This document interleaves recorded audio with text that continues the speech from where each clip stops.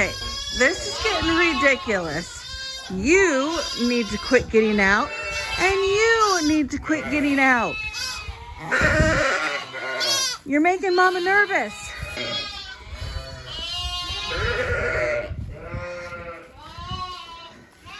It's going right through that little gap. There. Ma, keep track of your children, would you? Hello, sweetheart. Hi. Dealing okay with your two? I don't have any treats. I got nothing. I think we're gonna let you out today. You seem to be surviving without any issues whatsoever.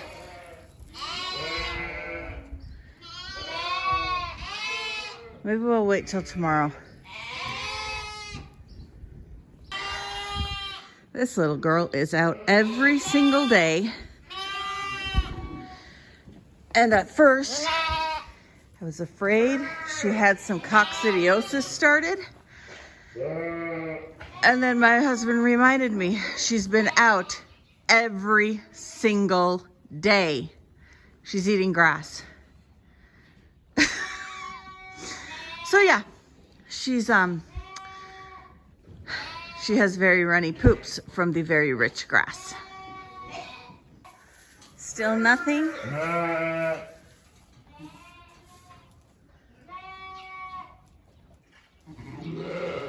Big bags, sloppy hind ends, but no babies. Good morning, guys. It is beautiful. It is so sunny out. There isn't hardly a cloud in the sky, but it is so cold. I mean, we're just barely, it's 32 degrees. We're at freezing this morning. And I don't know what it was when I got down here earlier, but it was below freezing. I know that. I had frost on my windshield, and it's flat cold today. I thought today was supposed to be the start of our 60-degree weather, and so far it's not. So I had 2 comments come across yesterday that I noticed just before I headed to Bible study. Yesterday, day before. No, I think it was yesterday, just before I headed to Bible study. Anyway, my days run together, so I'm pretty sure it was yesterday. It's when I saw them was yesterday, so they might have been from the day before. Anyway, one had to do with leaving triplets on ewes, and she said that she rarely leaves triplets on ewes simply for the fact that they do better as twins, and I 100% agree. I guess she said she never leaves them. I rarely leave them. I guess that's what I'm trying to say. My brain isn't really working this morning yet. I haven't had enough coffee. But yes, I do not tend to leave triplets on ewes very often, if ever.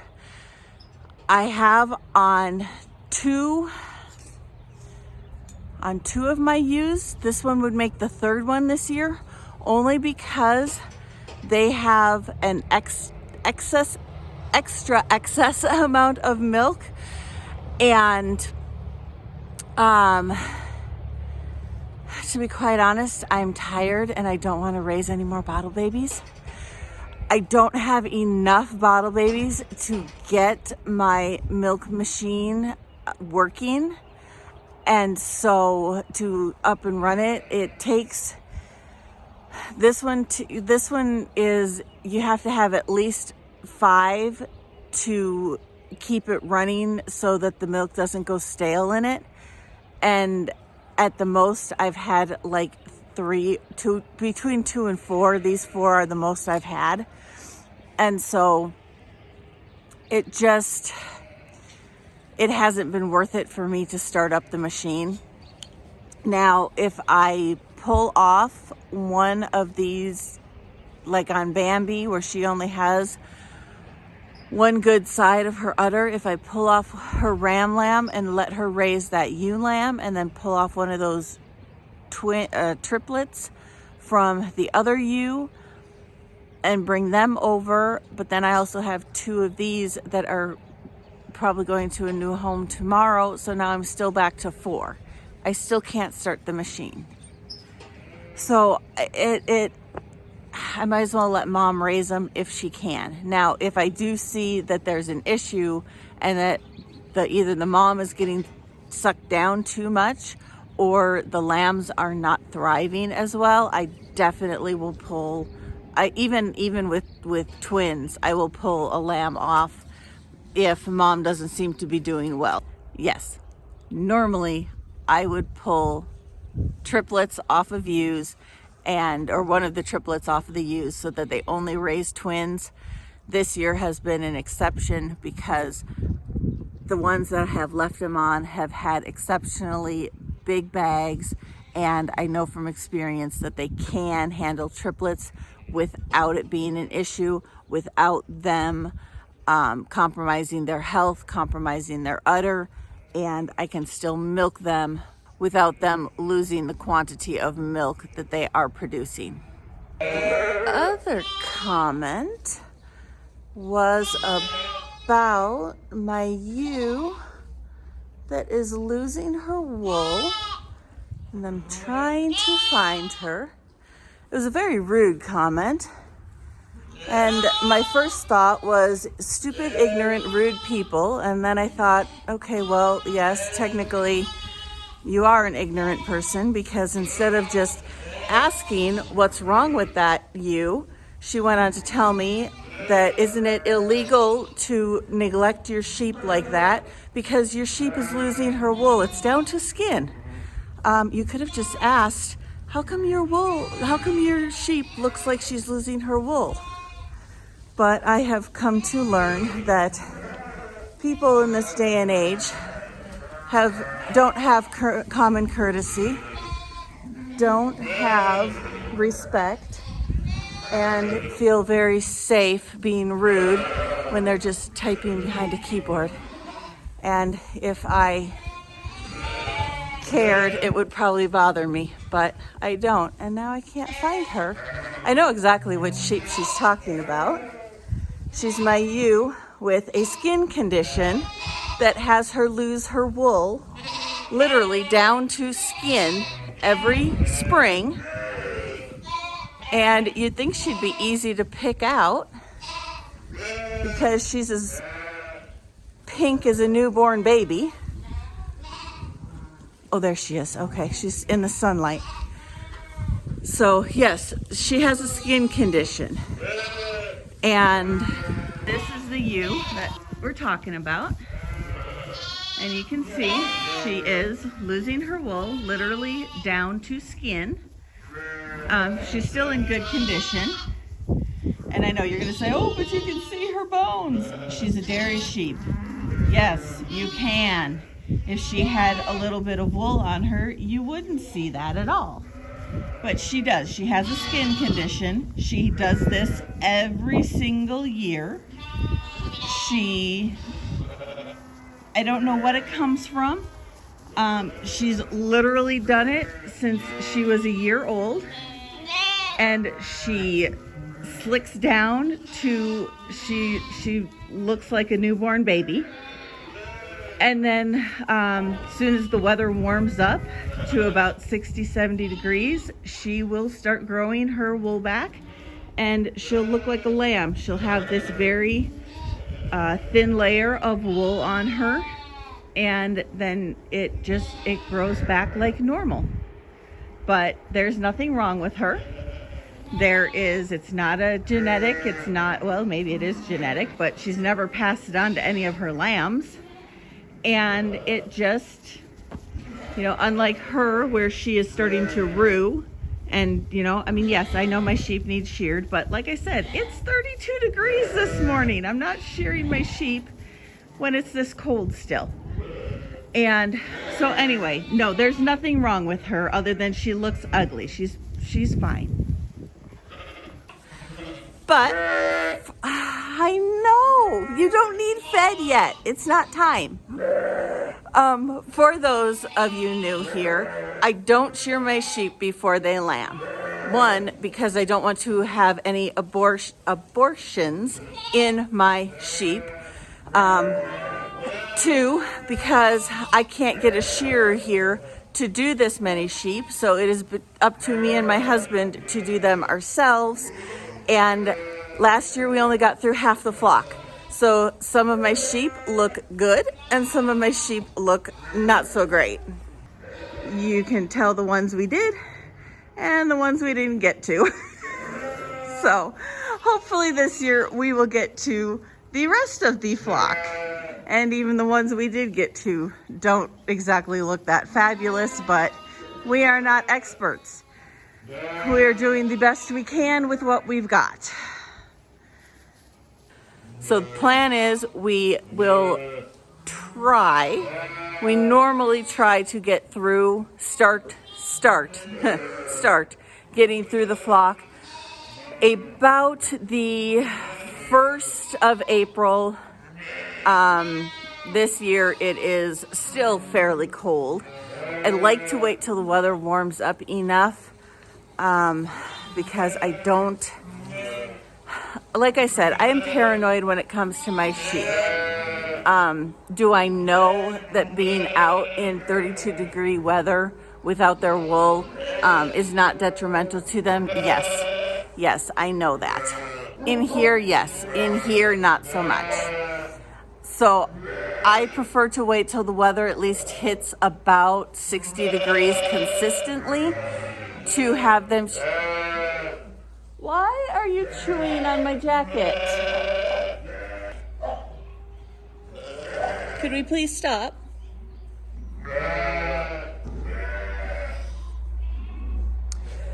Lambs. So as soon as the weather starts warming up enough that I feel safe enough for my sheep to be sheared, then we will start going through the flock as best we can. Maybe we'll get lucky this year. Maybe we will find somebody that can come. When I only had planned for having 65 head of sheep to shear, I thought I stood a good chance of getting somebody out here to do those 65 about mid-April. Now that I have over 100 that are in this barn, odds are against me.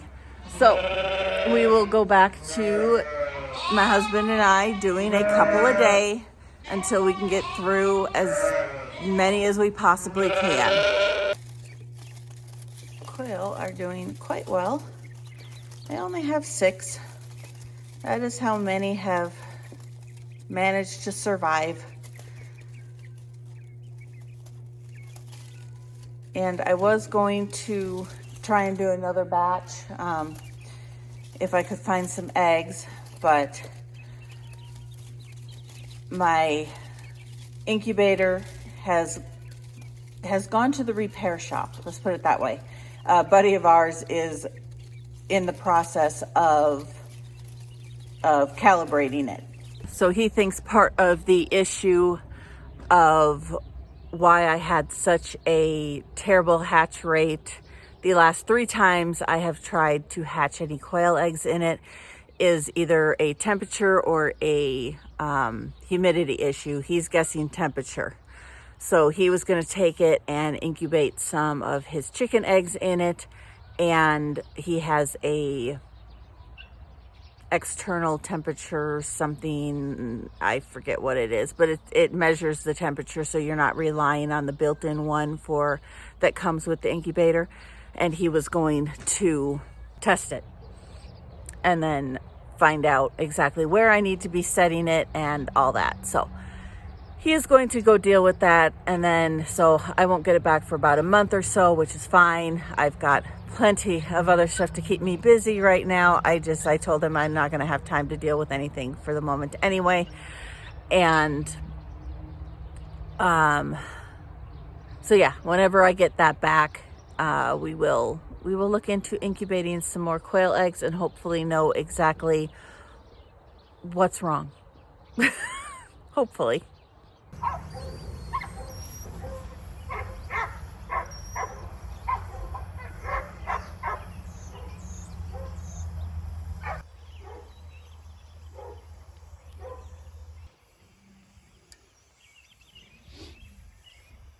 These haven't been off for like 23 years.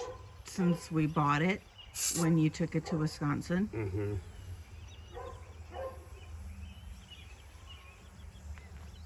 And the last time I took one off, I broke one. Don't believe me, look over here. Oh yeah, look, there's a broken one. So you're trying to... if you heat them and then let them cool back off, they heat up, they expand. Then when they cool down, they shrink and it pops the rust. Ah. So the nut and the stud are no longer like rusted together. Gotcha.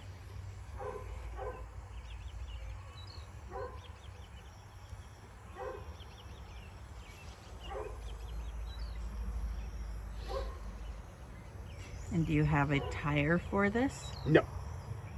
So what's your plan? Well, I have a tire. Yes. It's not on this wheel. On the rim. Correct. So we have to put it on the rim? Yes. Oh.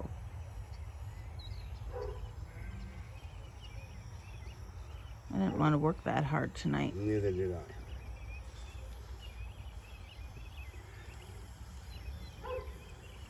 Part of it has to do with what time you want to get up in the morning.